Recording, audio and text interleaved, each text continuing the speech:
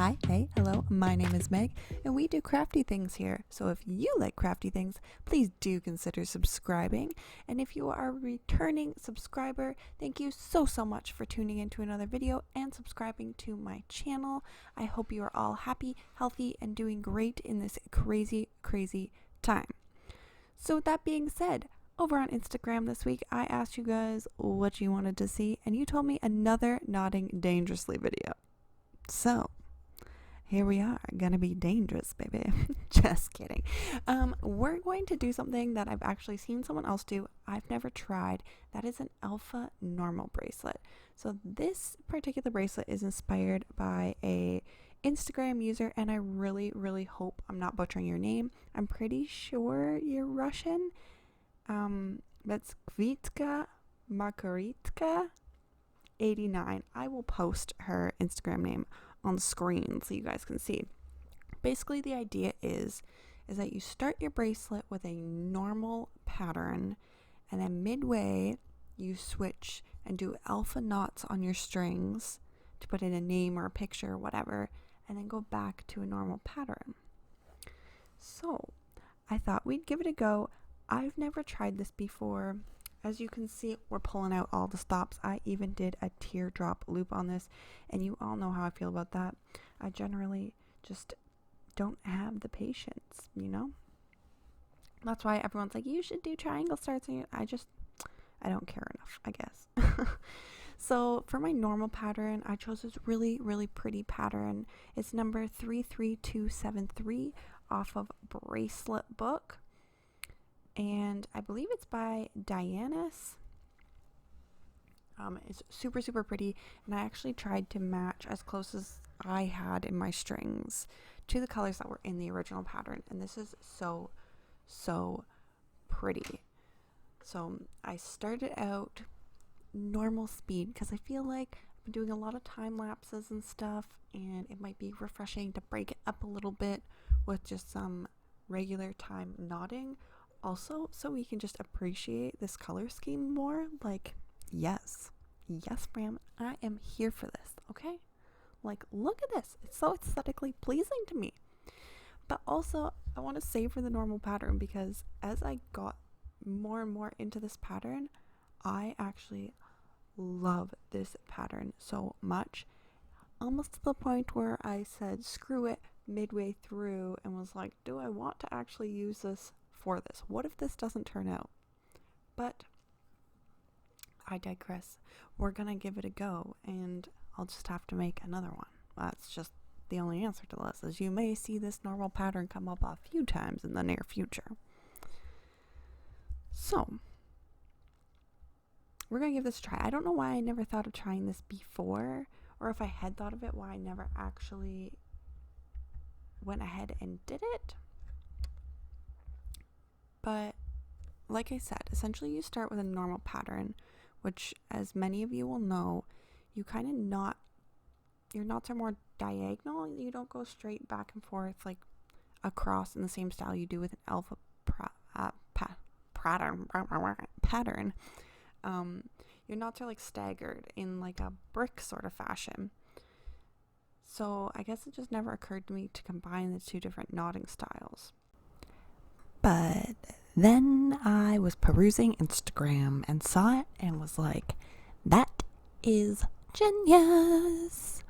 So I've been waiting. I've been holding on to this one to try for a Nodding Dangerously. So when you guys said you wanted a Nodding Dangerously, I was like, this is it. This is what we're doing this week. So here I go. We're going to do about 2 inches or so of this normal pattern, and then we're going to switch to an alpha pattern, which added, of course, another dilemma. Do I use the bass strings to tie, or do I introduce like 2 new colors to do like a background and a word, a background and a picture? And when I started and was at about this point, I'd kind of decided when I hit my alpha point, I was going to do black as my background, and actually like a mint green that I had been debating on using instead of the light turquoise, and I was just going to put my name in it. And obviously, if you guys looked at the thumbnail before you entered this video, you know I didn't end up doing that. But at this point, that's what I was thinking. Obviously, didn't go for it. And I ended up actually using the strings already in the pattern for that background, but we're getting ahead of ourselves. We're going to speed this up here now. And here we go. Woo! I don't know why. Maybe I'm the only one. Tell me if I'm the only one. But when I watch like sped up things, literally through my head, all I can think is like Super Mario when you get the star. You know what I'm talking about. That's literally what goes through my head because I'm a dork like that. Anyways, we are reaching the point where I'm going to switch to alpha, and I just really want to zoom in and show you guys how pretty this pattern is. I'm in love with it. And also we can see I did end up going for the black. I debated, and I assume if you knew ahead of time, had planned your whole bracelet out ahead of time, and knew exactly where you were going to stop in the pattern and stuff, you could probably cut those outer strings longer, like extra long, like in this case the light pink on that outside. Use that as the background for your alpha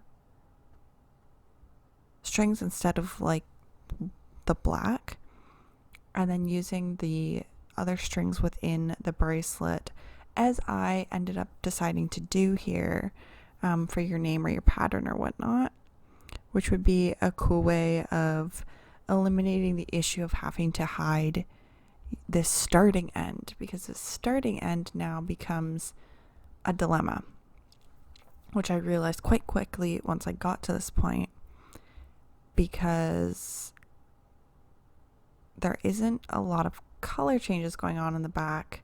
Even if I had just gone to sub in a new color as like a name or text or whatever, there wouldn't be a color change in the back to tie that edge into, which is what I normally do with a color change on the edge. I normally pull the string into the center of the back of the bracelet, tie it around the loop of another color change so that it's knotted on the back and it's just tucked in off the edge, so you don't have that weird like tuft on the side or a straggly string on the side. And I really had to think about how I was going to do this, which is why I do it actually like a little bit late, and you'll see what I end up doing here.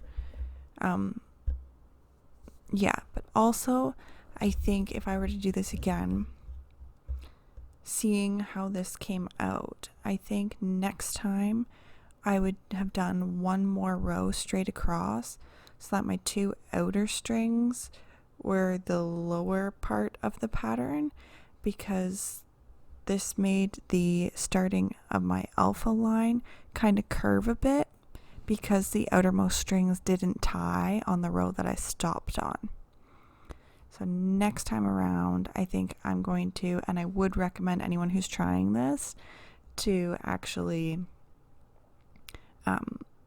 do that, to make sure you tie your alpha pattern off your last row before switching to alphas, with your outer strings knotting, not like the in one step, just to make it more straight. In the end, like, it straightened out really, really quick because it wasn't a huge like curve. But in the future, that is something that I think I would do, just because I'm a little perfectionist like that, I guess, when it comes to some things. And that's kind of one of them that bugged me a little bit when I was starting this. And this was kind of the point where I really was contemplating whether I was doing the right thing, making this beautiful normal pattern into an alpha normal, when I really didn't know how it was going to actually turn out. But I decided to do, I want to do my name, and then I was like, I don't really want a bracelet with my name on it. So then I was like, well, maybe I'll do like a single skull, and I was like, I think that looks kind of weird. So I ended up going with multiple skulls, And the skull that I pulled is actually the skull from the center of pattern 11431 by Crystal XO bracelet book. And then I just flip it. Anyways, at this point, I kind of figured out what I was going to do with this string, and that was group it in with the black string when I went to tie around it, like my knotting string. And I was just going to do it once. So with this turquoise thread, I knot as if it's essentially part of that black background string. And then I push it out of the way and continue on with the pattern as normal. But that one knot is enough to secure that string off the edge of the bracelet and just make it have a bit of a cleaner look. So I was pretty happy with that. And unintentionally, I didn't really think about this when I was doing it because of the multicolors. My boyfriend actually pointed this out when I asked him what he thought about it. He goes, "It looks like it's inspired by Coco, like the Disney movie Coco," because we've watched that recently, and it's like about Dos Dios Muertos. I hope I said that right. And you have like the sugar skulls and stuff. And I realize now that it does kind of have that effect because of the multicolors in the skull. Wasn't my original intention. I just thought the skull would be kind of cool. But I am pretty happy with how it turned out. But that was not intentional, just kind of a fun side effect of, I guess, the patterns I chose.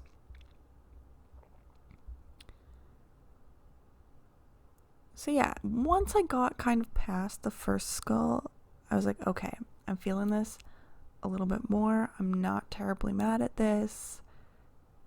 Okay, we might save this yet. I still wasn't 100% sold, I'm going to be honest.